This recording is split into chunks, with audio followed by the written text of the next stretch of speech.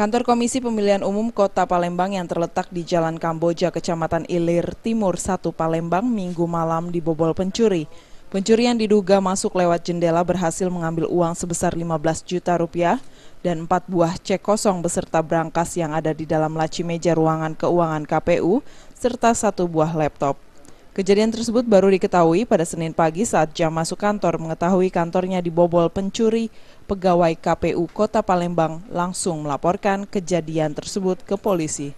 Setelah mendapat laporan, polisi langsung melakukan olah tempat kejadian perkara. Kapolsek Ilir Timur 1 AKP Zulkarnain mengatakan dari hasil olah TKP polisi belum menemukan tanda-tanda kerusakan pada pintu ruangan. Untuk mengidentifikasi pelaku, polisi saat ini mengamankan rekaman kamera CCTV dari kantor KPU. Jadi saat ini masih dalam proses penyelidikan, kami masih olah TKP. Jadi yang hilang sebuah brankas yang berisi uang lebih kurang 15 juta.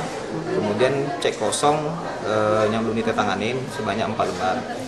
Yang disimpan di dalam meja itu ada selokan bawahnya, di dalam selokan itu di meja. Jadi itu terbongkar. Berapa orang bang yang dicurigai bang? Saat ini masih dalam penyidikan, kami masih mencari-cari kira-kira siapa pelakunya. Ada kerusakan ini? Kak, pintu depan kita itu terkunci, masih terkunci atau seperti apa? Tadi yang masuk terkunci. Yang ini kak, pintu juga masih terkunci? Ini sudah dibuka lah di pagi-pagi. Oh, ini sudah dibuka. Yang kunci ini masih terkunci gitu kita kan? Oh, jadi pas kita buka, pas kita duduk itu ternyata berangkas sudah hilang. Iya. Oh, dari jendelanya kan? Jendela itu buka jendela itu. Oh, jadi ada bekas jejak dia dari sini? Tidak ada yang jangkut. Ada bekas tahu jejak? kalau bekas jejak ini Nggak tahu ya? polisi Kan kan. jendela terbuka ya?